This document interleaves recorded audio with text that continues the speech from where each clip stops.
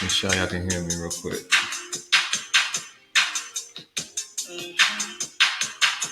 All right, there we go. Got a partner that might be some issues, but I'm trying to work it out. You gotta bear with me. All right, there we go. All right, let me do this right. Okay, welcome back. Welcome back. If you're new, welcome. This is Dissect the Dialogue.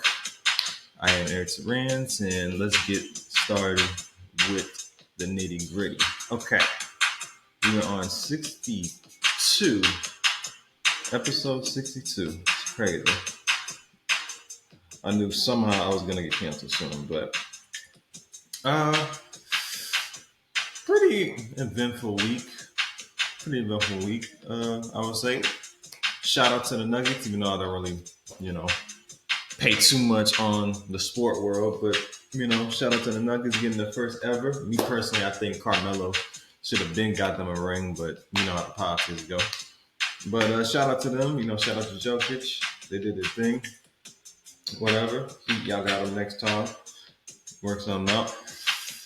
I don't know. Something tells me, even though I know what goes on in the sports world, something's telling me I need to get back on it a little bit and try something. Try it out. Go back to what I mean. When I was a kid, I kind of, sort of wasn't into. The only reason why I got into football, basketball, because my older brother and my dad, they watched it. I mean, to be honest, I wasn't really into it like that. So I tried to dabble in. I think I was more into the statistics of it all and the analytics of it. I don't think I was into the whole, worshiping a player because they did this. I mean, they're just human beings at the end of the day. It's like damn near celebrity worship with these people. But congrats, good, keep up with that next season. But that's not the main focus of this. The main focus of that was, if y'all heard, Tyler Perry, aka Only Funny When He's a Bitch, bought BET and VH1. Now, I know most people are probably going to think, oh, well, this is a good step, for someone black finally has control of it. But that's the optics. To me, this is like the optics of it. You get a person of a certain descent to be the face, but he's kind of like a puppet. It's kind of like, if y'all remember Succession at the end, spoiler alert, where Tom ends up becoming, mind you, he was the American CEO. Doesn't necessarily mean he runs shit, but he just runs shit while he's on American soil, whereas Madsen is really, the true puppet master. That's what I say. Tyler Perry may have the face or may look like he runs shit, but he's just another puppet. Let's be fair. But it's all right. I mean, we all got to answer to somebody. I'm not knocking that, but it's just charge it to the game, as they say. But if y'all familiar with my last one of my last videos, which is currently my most views, thank y'all for tuning in. Guess it must have struck a nerve somehow when I was discussing the portrayal of a black woman as a whole. But people are probably saying to themselves, um, well, what about men? Well, no, the silent request is here. So straight out the gate, just like I did with the women, I'll switch it up. Instead of, black women being represented, I'll say, what happened to the black father figure? Now, of course, I have to do some more groundwork as far as that. So I'll go down to the groundwork as far as that goes. So give me a second. Now, for those who are familiar with Lyndon B. Johnson, Lyndon B. Johnson was JFK's vice president. And before he was assassinated by the CIA. I mean, by Lee Harvey Oswald. He was already in talks of running, but once JFK was assassinated, they had no choice but to swarm in. They didn't really do like no inaugural plan, whatever. Which I find it eerie that they already was set to go to make Lyndon B. Johnson president. Usually it would take some time, but anyway. Uh, there was a plan that was made around that time. It was called the Great Society, and it was launched by him in 1964. Now, it was referenced by Johnson at Harvard University, then later at Michigan, and it was to represent the domestic agenda. And it was the goal was to eliminate poverty and racial injustice. Right now, it says new major federal programs that addressed education, Medicare, urban problems, rural poverty, and transportation were launched during this period. The programs and initiatives were subsequently promoted by him and the fellow Democrats in Congress in the 60s in scope of sweep and resemble the 30s New Deal domestic agenda of Roosevelt. Now it says some Great Society initiatives were derived from earlier stalled Kennedy administration new frontier proposals, and then we'll skip to that. So basically, as you read, the whole concept of the Great Society was to eliminate poverty and racial injustice. But this is one they didn't tell you about that. The way they did it was that they knew that in our community, you know, even though we so say had struggle finding work or like trying to, maintain some stability, the family unit was a strong thing in our community. That's the one thing that was never broken. The unity was there. Even back to the slave days when we had the concept of jumping the broom, where even though we could never, display certain affection or it would get, slaves killed, they did a symbolic jumping of the broom for people to know about their union. And that was a great thing that, a healthy tradition that was passed on centuries and centuries. One of the few healthy things that was, a good tradition. So that carried on, but to, leading into marriage and just strong unities going forward. People work, we all working for each other, making sure our businesses, our neighborhoods are straight. That is until the Great Society came. Now, on paper, it sounds like a good idea. Eliminate poverty in all sort of ways. What they don't tell you is how to do it. So the way it was structured was that in order to get certain assistance, right, they came to our women as a way of, sure, you can get this certain amount of money in a monthly span, but you have a few suggestions. We have a few suggestions. If you want to keep on getting benefits, you have to, make a certain amount, you have to have a certain amount of dependence, right? But most importantly, you have to make sure there's not a man living in here. And just as simple as that, you watch the whole decline of union in our community, marriage constantly fall apart, thus creating this conflicting butting of heads within the genders of our race. Now, why is this important? Because of something like this, something programming, especially in our or well, for most people, programming like TV is kind of an escape from people's reality. But what if the programming doesn't doesn't necessarily make you escape from the reality, but kind of like adds to it, you know? So what really who was really the first what was like the first black TV show that showed some sort of unity in our community? Now, for those that don't really know too much about the sitcoms back in the days. Um, because there weren't a lot of us on TV, right?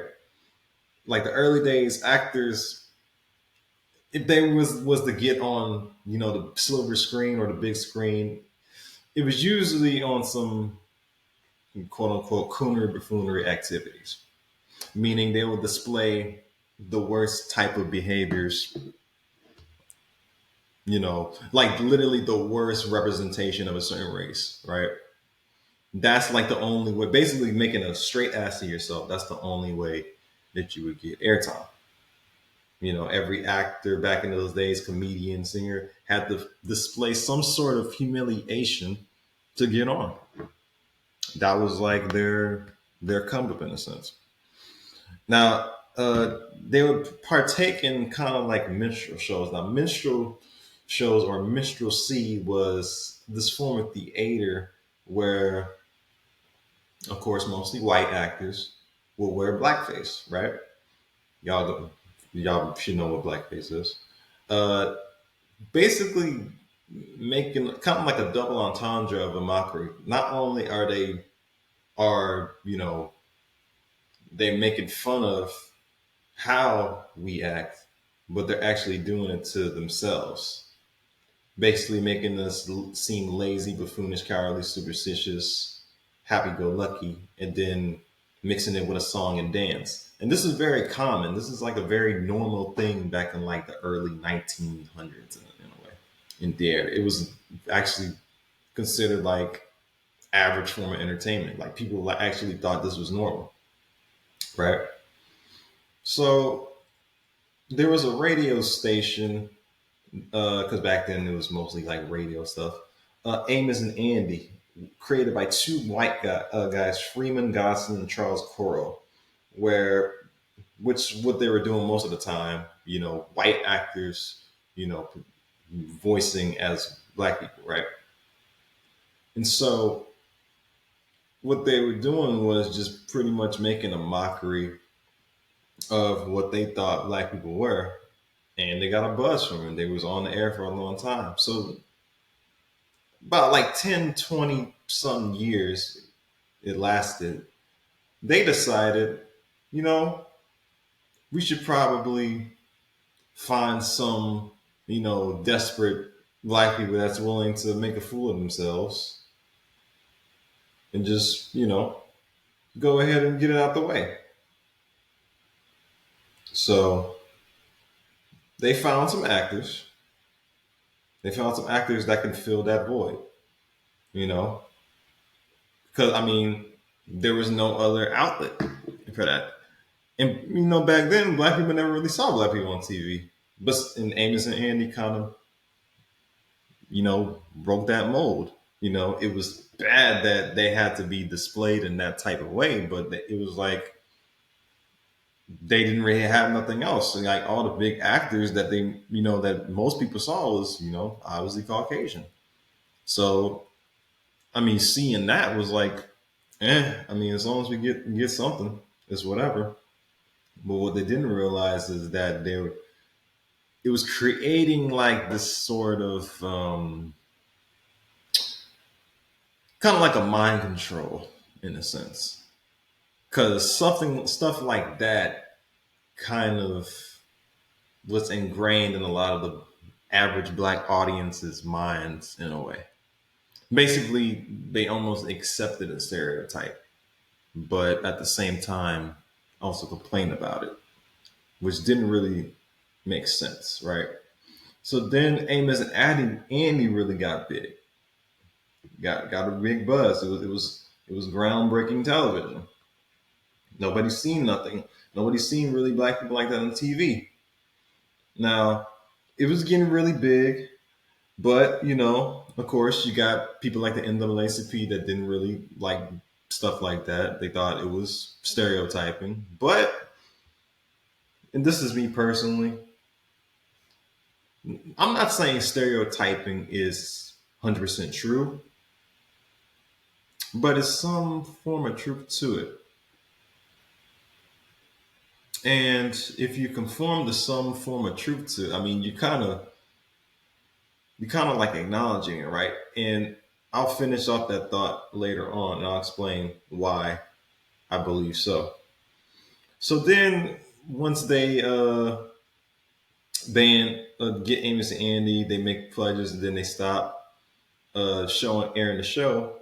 There weren't a lot of big known black shows, like predominantly black casts, until the '70s took place.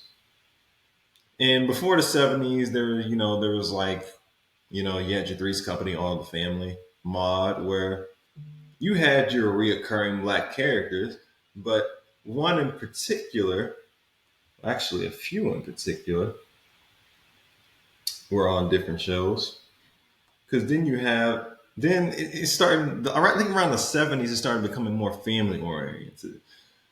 So around that's when I'd say the father came into play. You know, like Sanford and Son. I think Sanford and Son, to my knowledge, was the first black father that was actually shown on TV. Sanford and Son, I believe, aired 1972, but was actually based on Steptoe and Son. Is what it was based on, but they made it their own version, which was there weren't a lot of black minds creating a lot of stories like that later on, but again, it was very different. It was a father and a son. They owned I believe it was a garage store, antiques, sell like a junk shop. So they sold parts, whatever that was. It was a dope thing, Father. It was a father and son business. It was like basically a family business, father and son. You know, they had their moments where it's like, man, doing too much, but it was groundbreaking television back then because it was never shown like that. Two men kind of black men veering off each other. Kind of gave off honeymooners vibe. Stuff like that. Then shows like that, keeping up with that family concept. Then I think, which is like the quintessential black family show, Good Times, which was a spinoff of All in the Family. Now, Good Times was definitely a game changer because it actually showed, you know, it showed that greediness of like, inner city life in Chicago with, a black family just trying to make ends meet. But they was able to find humor in it, which I think a lot of people could relate to it, you know. And it actually showed a real, a strong authoritative black father figure that was never ever shown on TV. And that even men in my race that didn't have dads, you know, or didn't have dads that grew up with him, my dad included, it was like an inspiration seeing that. Nobody really saw TV like that. It was different. No one really saw a black father figure, a black family like that. It was such a game changer. But with that comes the negativity. I mean, you got James, not educated, but working 2, 3 jobs just to barely make ends meet. But you got Florida, somewhat of a, I guess, caring mother, but very has like a whitewashed mind, very heavily religious, kind of. I call my phrase. Y'all hear me say this a lot. Day shift Christians, that mind, of course, JJ, a painter, but eventually they kind of try to make him the star and kind of push the actor that played James Evans to the side. And I think that's when the trajectory started. And I'll try not to go too much, but I think the trajectory of the Black Father going down started. I'll explain why. So then you have Thelma, bright woman, wasn't into the silliness, wanted to be, I don't know if it was a nurse or something. Then Michael, of course, the militant midget, as they say, wanted to be in politics. But if y'all remember, there was some, there was some back and forth going on with the writers and the actor to play John Amos, that was the actor. he was saying that he was frustrated that the show wasn't focused on the father figure, but it was more focused on JJ pretty much doing coonery jokes every 5 minutes, with the chicken hat, whatever.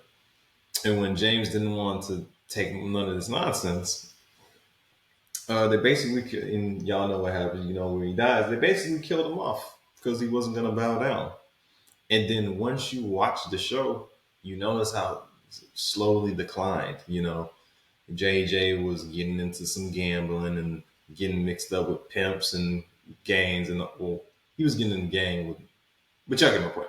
Michael was getting into the gangs more after JJ. Yeah, then the dad had to stop. So scratch that. Yeah, he was getting after the father died. JJ was getting into you know gambling and all that, getting into with loan sharks. Uh, Thelma, kind of being a hopeless romantic, just falling in love with any man that she kept in contact with. And then Michael, ever since he died, no, ever since his dad died, excuse me, ever since his dad died, that whole militant midget image just got shot down. He was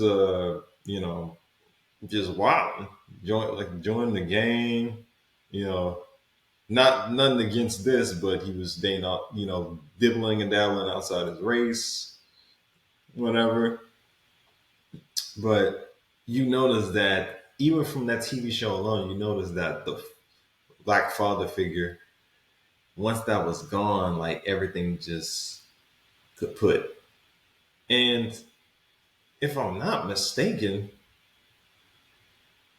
maybe I gotta see the end of the show. I don't even think they made it out. They might have. I might be tripping. If they didn't make it out anyway. But and that's even the worst. Florida never really wanted to get out of the hood. She wanted to stay there. That's why James had to leave. She didn't want. She wanted to stay there and collect that check. And you see that a lot going on, where you got a lot of women that just want to be comfortable at the bottom because they're getting free money. Not to say, well, I don't know what she was doing. I think she was being a maid, but you got certain women that are able-bodied, but they choose not to work. That exists in our community. Y'all can say it doesn't. It does. But then, I think after that show ended, I think the trajectory of the black father kind of made the father figure very mellowed down. Because around the 70s, you had your James Evans, you had your George Jeffersons, your Fred Sanfords.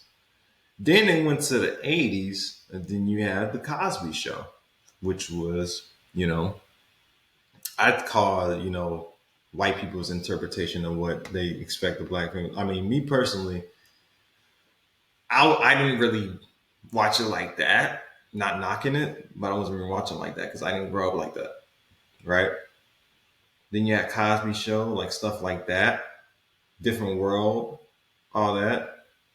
I mean, Family Matters was, I guess it began. I'll leave Family Matters. I know it started '89, but I consider that a '90s show. I'm skipping over.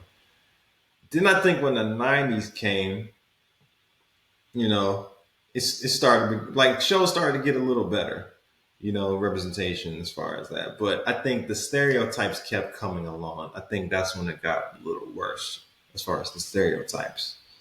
Um, Even like in like when some of the black shows, right? When some of the black shows were getting really popular, and that didn't really show like the hood side, whatever, I noticed that a lot of black audiences didn't really gravitate to it as much. They like the hood stuff, the nitty gritty stuff from the bottom, that type of stuff. Once like shows like Family Matters and Fresh Prince started coming about, Sister Sister, uh, not a lot of black people was At least not compared to like the white audience, because they had white audiences that's probably still like Fresh Prince and Family Matters and Moesha and all that, but it wasn't as like big per se because everybody want to try that so hard to relate to the struggle. But it's so annoying because nobody even like I don't know nobody that relates to that. Nobody. I went to like my high school. I'll just tell you about me. My high school when I was going there, it was like the blacks and Hispanics were like neck and neck. None of them was really selling dope or committing crimes like that. Maybe a few. So why is it we? And this goes back to the Amos and Andy thing, where the stereotypes. If we hate the stereotypes, why do we embrace them more than any race? We hate being stereotyped as this, that, and the third, but we watch stuff like that. So it's just confusing.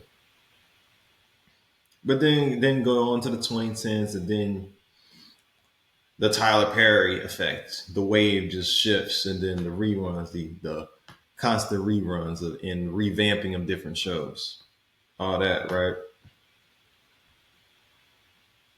But I'm starting to notice that a lot of these shows that Tyler Perry was doing, just to circle it all back, is just like 21st century minstrel shows. Like my grandmother, my dad on my dad's side, my dad's mom. I remember her saying like she was watching like House of Pain and all that. Mind you, I was younger when she said it. She's like she didn't like it. It was like too silly. Like it was like kind of coonery and all that. Then I had to think about what she meant. Like when I got older, I watched those shows and I'm like, yeah, she got a point. Then you look at the show, the common black shows that are popular now, like a Snowfall, like a Power, like an Insecure, that kind of takes on the negative stereotypes of that, right? Or like the toxicity in our culture that we complain about, mind you, but always love to broadcast, you know. And I noticed that a lot too.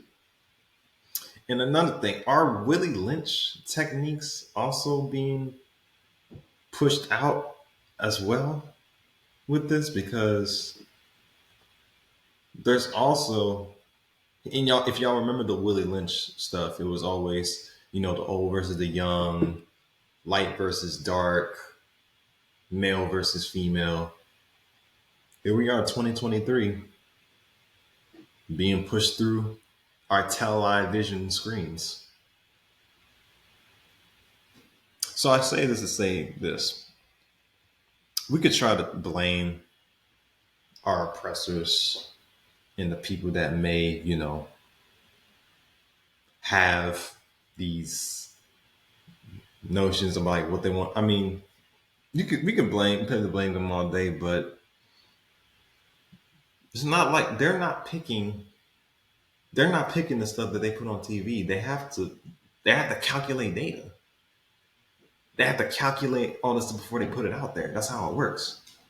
As someone that technically works in that industry, I understand how audience works. Like the play I was doing, like the first showing we did, uh, the second time it was like deep in the hood, but like the first time it was like kind of downtown, midtown area. Uh, I'm not gonna nah, I'm gonna just say it. The first time we did it, it was mostly, but as I'm in the backstage, I'm watching it, and some of the stuff they was clapping about or cheering for, I didn't really like. Why are you clapping? Like, and not to mention their phones kept on turning on and off. Like it was just so unprofessional. Like, come on. Like there was like a scene where the mom slapped the girl, and then like the mom was constantly slapping the girl and like slapping people, and people they were laughing. But when the father and the son was having a heart to heart, Nobody really cared. It was just like, yeah, that's true, cool. But when the mama was slapping everybody, yay, that's funny.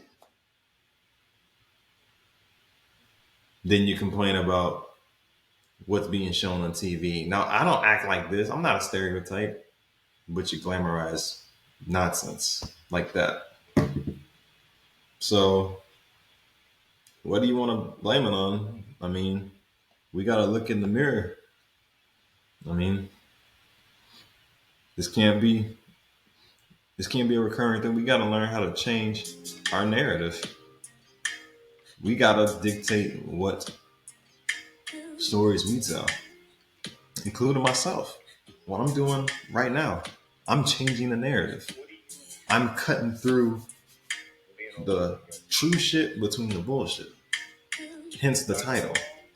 I'm not into gossip talk or which celebrity was doing what or who's dating who, you know, which baby mama fought who. Like, that's nonsense. That stuff is not gonna end. Again, as far as like the relationship podcast out there that's doing what y'all doing, it's cool, get your money, but I just want to let you know that stuff, and y'all can quote me on this. These relationship podcasts, that's especially, and I notice this too, it's always our race that's doing this shit. And it's like, y'all have the same narrative. Y'all, it's like it's like the news, they all have the same script. I'm telling you, you get your money, but it's not going to be big as it was. Like, even some of the biggest YouTube stars back then ain't as big as they was back then. They're not as big now as they was back then. Some of these YouTubers, because they was only good for that time, right? It was only good for that time period. What I'm doing here, let me not speak on it. It may not be huge per se, but it'll make an impact. I know that. Whatever happens to it, I know it's gonna make an impact. I'm gonna change the narrative somehow. But even if it does get big, who knows?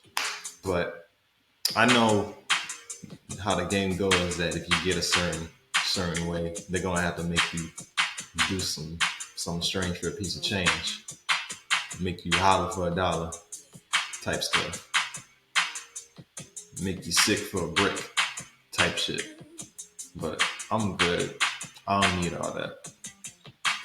I mean, I was doing this, I could do this and not make a dime, but this is just something to get all my thoughts out, along with writing, music, which y'all hear right now. You know, I have different ways to get my point across, but that's neither here nor there. But like I said, I appreciate y'all. If you're new, like and subscribe to the channel. I'm on Spotify, Anchor, now Spotify for Podcasters, Amazon, iHeart coming soon. And if you're not new, continue to share, continue to post, continue to comment, continue to like. Thank y'all for supporting me, taking this ride with me. Thank you for letting me be me. Till next time. Peace.